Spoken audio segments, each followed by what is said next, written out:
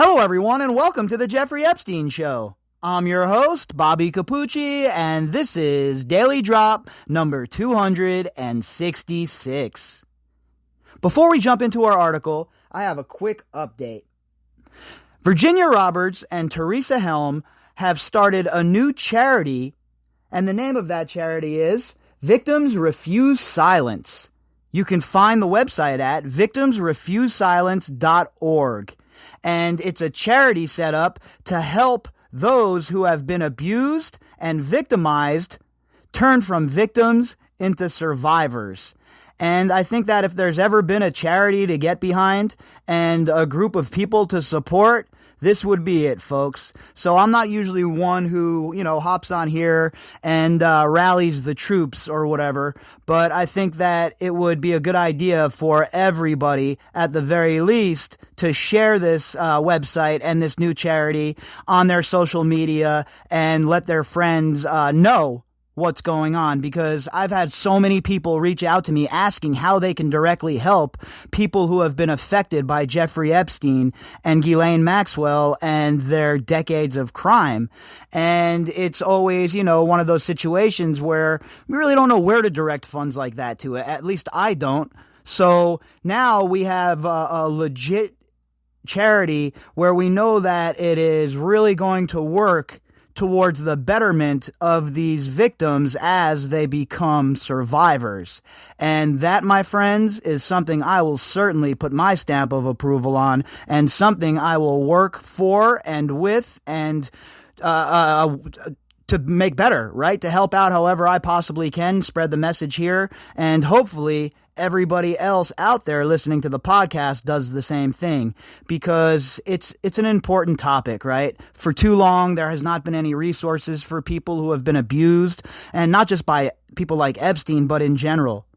And what you see these ladies doing and the movement that they're creating, you can't help but to be in awe by the bravery and courage shown by them.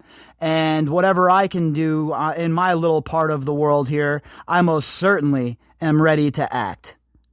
So tonight, our article is about our good friend, Mr. Les Wexner, and how he is being dragged right on in to the discussion.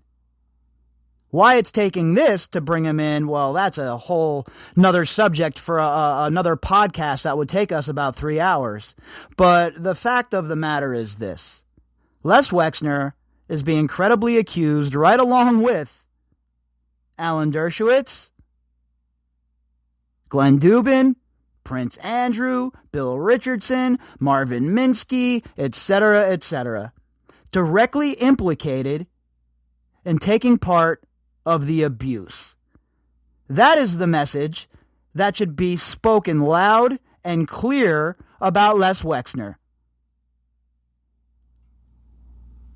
He should be given every chance to defend himself, right? He should be given every chance to speak out, but he won't, because he knows, just like his buddy, Jeffrey Epstein, that he does not have a defensible position.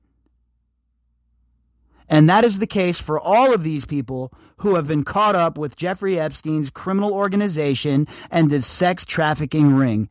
None of these people have presented any evidence that would move me to think that they are telling the truth. And as everybody who's been listening to this podcast knows, I am a believe the evidence guy. I don't believe just all women. I don't believe all men. I don't believe all toddlers or whatever, right? I believe evidence. And that is exactly what I have done in this case. I have clinically went through every piece of information that I could possibly get my hands on.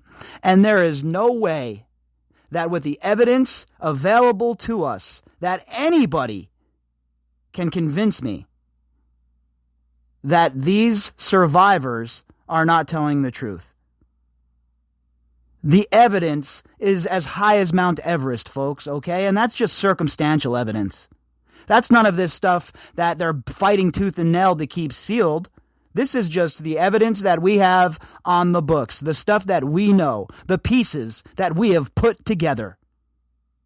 But now, with the unsealings, and all of the different holes in the dam that are starting to pop up, it is only a matter of time before a wave comes crashing over all of these predators. And we're seeing the start of it now as they begin to eat their own. Our article tonight is from the Daily News, and this article is about Les Wexner and him getting dragged into this battle by Alan Dershowitz, trying to basically get some information from him and, in my opinion, pull the spotlight off of himself, Dershowitz, and try and put it on Wexner.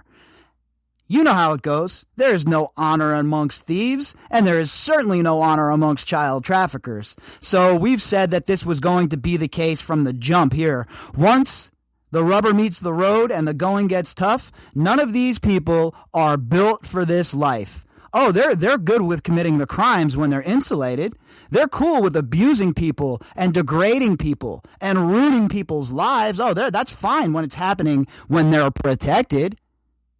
But when the walls close in and the long arm of justice comes swinging their way, the pissing in the pants and the ratting begins. Headline: Ex-Victoria's Secret CEO Leslie Wexner tries to dodge legal fight between Alan Dershowitz and Jeffrey Epstein accuser. The author of this article, Stephen Rex Brown. Former Victoria's Secret CEO Leslie Wexner is refusing to turn over documents relevant to Alan Dershowitz's nasty legal battle with a Jeffrey Epstein accuser, new filings revealed Monday. And you see what's going on here, right? You see how they're positioning themselves. Wexner is doing everything in his power to stay out of this, to stay out of the news, to keep his name, I guess, as clean as possible for as long as possible. But that's only amongst the unsullied, right? That's only amongst those who have not been following the case. Because anybody who has followed this case for even a few minutes understands the role that Les Wexner played. And they also understand what occurred on his property in Ohio with Maria Farmer. And that alone, my friends, is enough for him to get slapped with a subpoena. Never mind all of the other stuff that we know about. And just think, with all of the stuff that we know, all of the incredibly convincing circumstantial evidence that we know, can you imagine what they're fighting tooth and nail to keep quiet? Can you imagine how explosive that must be? And remember, with these sort of documents, there could be tidbits in there that connect the pieces of things we've been talking about for months and years almost in some circumstances.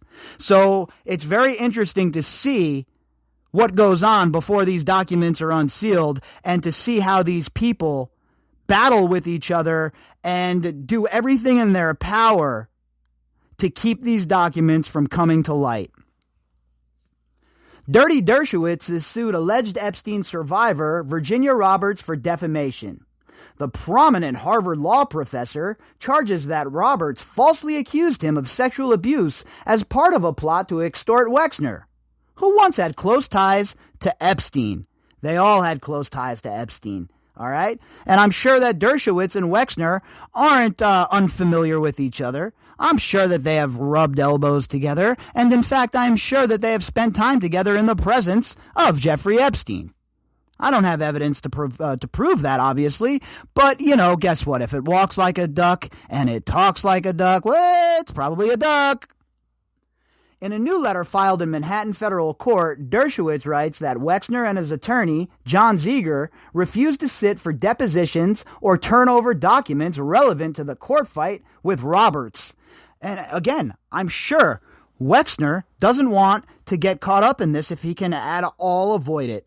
He knows that the pressure is on Dershowitz. He knows that people are talking about Dershowitz now, and he knows that nobody really is talking about him as far as the legacy media is concerned. So if he can keep his head down and try and avoid the firing squad, that is exactly what Leslie Wexner is going to try and do. And on the flip side, Dershowitz is squarely in the sights, and he wants out. He doesn't want people making podcasts about him or questioning him on Twitter. No, he wants all of that attention on somebody else. And who better than Les Wexner? With Wexner refusing to produce any documents or appear for a deposition, and Ziegler refusing to produce documents or provide testimony absent the entry of a protective order which would severely hamper Professor Dershowitz's ability to use the discovery in this litigation, the parties are at an impasse, Dershowitz's attorney Howard Cooper wrote. And, look, if anybody thinks that Dershowitz doesn't know what he's doing here, he does. He is a guy that, as much as I dislike him, as much as I think he is an absolute serpent, he knows his craft.